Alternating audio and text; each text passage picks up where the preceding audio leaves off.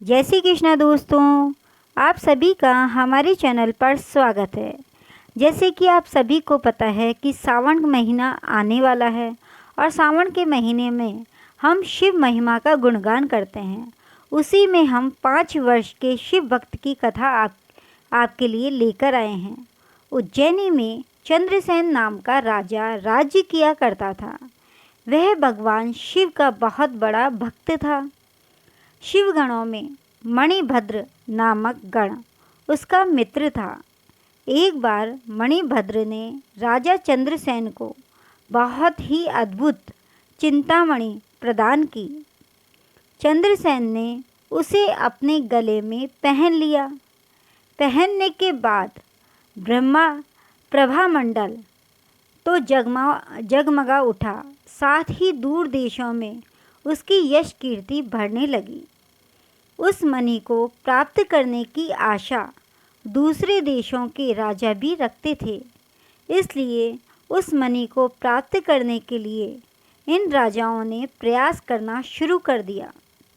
कुछ राजाओं ने उस मणि को प्राप्त करने की मांग करी तो कुछ ने विनती की, लेकिन वो राजा की अत्यंत प्रिय वस्तु थी, इसलिए राजा ने वह मणि किसी को भी नहीं दी और उसको देना जरूरी भी नहीं समझा। दोस्तों, आगे की कथा सुनने से पहले हमारे चैनल को लाइक, शेयर एंड सब्सक्राइब अवश्य कर दें, क्योंकि यह इतनी आनंदपूर्वक कथा है कि कथा सुनने में आप मग्न हो जाएंगे और चैनल को लाइक और सब्सक्राइब करना भूल जाएंगे। तो पहले वो काम करिए, फिर आगे की कथा। अंत में उन पर मणि आकांक्षी राजा ने ब्राह्मण आक्रमण कर दिया। इसी कारण से चंद्रसेन भगवान महाकाल के चरणों में जाकर ध्यान मग्न हो गए। जब चंद्रसेन ध्यान मग्न था, उस समय एक गोपी अपने छोटे बालक के साथ दर्शन हेतु मंदिर में आई। बालक की उम्र मात्र 5 वर्ष की थी और गोपी विधवा थी। जब बालक ने चंद्रसेन को ध्यान मंत्र करते देखा तो वह भी पूजा हेतु प्रेरित हुआ। उसके मन में भी पूजा करने की अभिलाषा हुई। वह बालक भी अपने घर में एक छोटे से स्थान में जाकर बैठ गया और भक्ति भाव से शिवलिंग की पूजा करने लगा। थोड़ी समय पूर्व उसकी माता ने उसे भोजन के लिए बुलाया, लेकिन बालक वहाँ नहीं गया। फिर उसकी माता ने उसे बुलाया, लेकिन वह फिर से नहीं गया। जब माता स्वयं चलकर आई तो उसने देखा कि बालक ध्यान मग्न होकर भगवान शिव की पूजा कर रहा है। जब उसने ऐसा देखा तो उसकी माता को अत्यधिक क्रोध आया। उसे कुछ भी सुनाई नहीं दे रहा था। जब क्रोध में आकर माता ने अपने पुत्र को पीटना शुरू कर दिया और पूजा की सारी सामग्री उठाकर फेंक दी। ध्यान से मुक्त होकर जब बालक चेतना में आया तो उसने देखा कि उसकी पूजा की सारी सामग्री नष्ट हो चुकी है। फिर अचानक से उसकी व्यथा में चमत्कार हुआ, अर्थात जब उसकी माँ ने उसकी पूजा सामग्री फेंक दी तब उसको चिंता हुई और चिंता में अचानक चमत्कार हुआ। भगवान शिव की दया दृष्टि से वहाँ पर एक सुंदर सा मंदिर निर्मित हो गया। मंदिर के बीचों बीच एक दिव्य शिवलिंग विराजमान था एवं बालक द्वारा सज्जित पूजा सामग्री भी थी। यह सब दृष्टि देखते ही उसकी माता भी आश्चर्यचकित हो उठी कि यह सब कैसे हुआ। जब उसने ऐसा देखा तो उसकी माता आश्चर्यचकित हो गई। राजा चंद्रसेन को जब इस घटना की जानकारी मिली तो वह भी इस शिव भक्त बालक से मिलने की इच्छा जागृत करने लगे।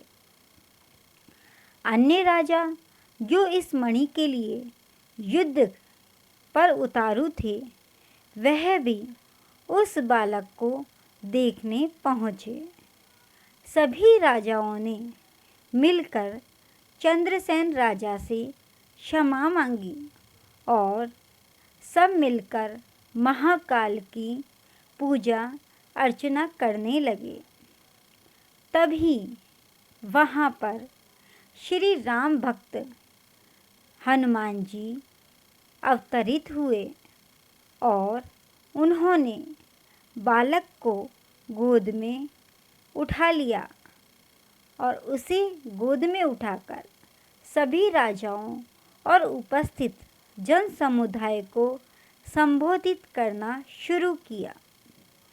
अर्थात उनको गोदी में उठाकर और जितने भी लोग थे, जितने भी राजा थे, उनके सामने उसका गुणगान करना शुरू कर दिया।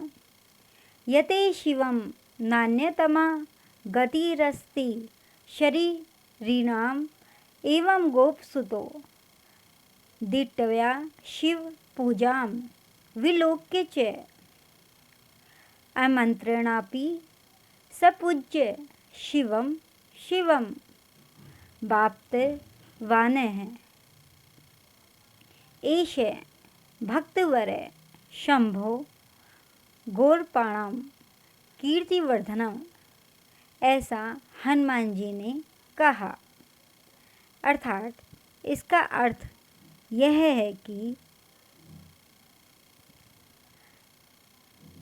यह भुक्ताव खिलान भोगान्ते मोक्ष म वापस्यति अश्य वंशे शिचेष्ट माभी नंदो नाम महायशा। उन्होंने उनको एक वरदान प्राप्त किया।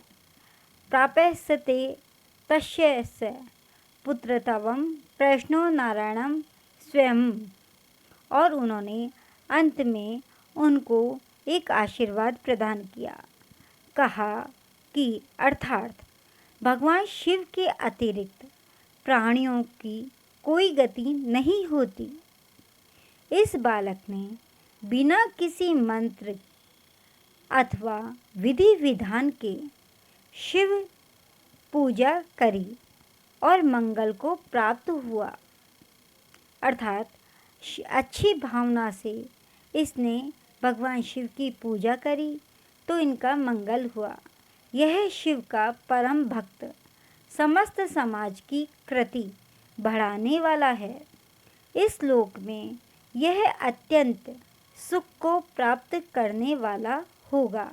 अर्थात भगवान शिव की कृपा से इसे सभी सुख की प्राप्ति होगी और इसी के वंश का 8वां पुरुष महायशस्वी नंद होगा, जिसके पुत्र रूप में स्वयं नारायण कृष्ण नाम से प्रतिष्ठित होंगे। लोग कहते हैं कि भगवान शिव तभी से उज्जैनी में स्वयं विराजमान है। हमारे प्राचीन ग्रंथों में महाकाल यानी शिव भगवान जी की असीम महिमा का विस्तार से वर्णन किया गया है। दोस्तों, यह थी 5 वर्ष के शिव भक्त की कथा और महाकाल की कथा। आपको यह कथा कैसी लगी? अच्छी लगी हो तो कमेंट बॉक्स में ओम नमः शिवाय लिखना ना भूलें और हमारे चैनल को लाइक शेयर एंड सब्सक्राइब अवश्य कर दें। जय श्री कृष्णा दोस्तों।